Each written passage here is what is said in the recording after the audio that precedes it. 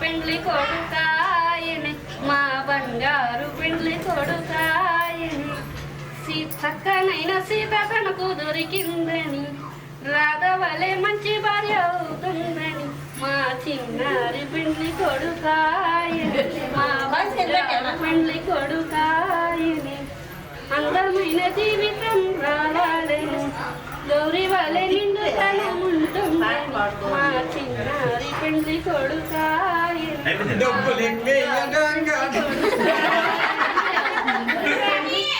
పెళ్లి తిలకం పెట్టగానే శ్రీ మహావిష్ణు తన కళ తనకు వచ్చిందని